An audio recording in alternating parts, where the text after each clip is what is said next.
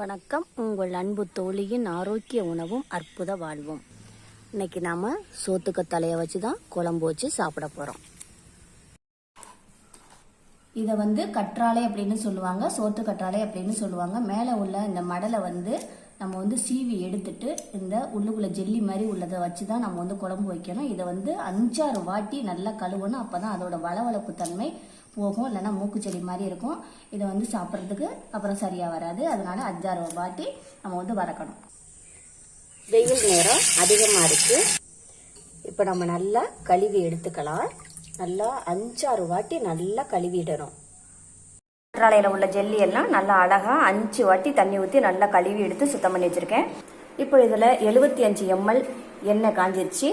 இதில் 1/2 டீஸ்பூன் வெந்தயம் போட்டு வெந்தயம் வடித்ததும் 2 இனுக்கு கருவேப்பிலை, 1/4 கிலோ சின்ன வெங்காயம், 2 முழு பூண்டு, 2 பெரிய தக்காளி, கற்றாழை, 1/2 ஸ்பூன் மிளகாய்த்தூள், 3 ஸ்பூன் மல்லித்தூள், 1 நெல்லிக்காய் அளவு புளி. ஒவ்வொன்றையும் எந்த அளவுக்கு நல்லா வதக்கிறோமோ அந்த அளவுக்கு நல்லா டேஸ்டியாக வாசமாக சூப்பராக இருக்கும். 1 ஸ்பூன் கல் உப்பு. இந்த கற்றாழையில் பார்த்தீங்கன்னா vitamin A, vitamin C, vitamin E, vitamin B12, folic அமிலம் இவ்வளவும் இருக்குது. இது உடல் சூட்டை தணித்து குளிர்ச்சியை கொடுத்து வெயிலினால் எல்லாருக்குமே ஏற்படுகின்ற நீர்க்குத்தல், நீர்க்கடுப்பு, நீர் எரிச்சல், இந்த நீர்க்குத்தலோட அந்த வலி இது எல்லாத்தையுமே உடனே சரி பண்ணும். அடுத்ததா தலைக்கு தேய்ச்சி குளிக்கிறதுனால கண் எரிச்சல், கண் வலியை சரி பண்ணி பார்வை திறனையும் கொடுத்து கூந்தலை உதிர விடாமல் தடுத்து பளபளப்பா அடர்த்தியா நீளமா வளர வைக்கும். கர்ப்பிணி பெண்களுக்கு வயிற்றுல குழந்தை வளர வளர வயிறு விரிவடையும்.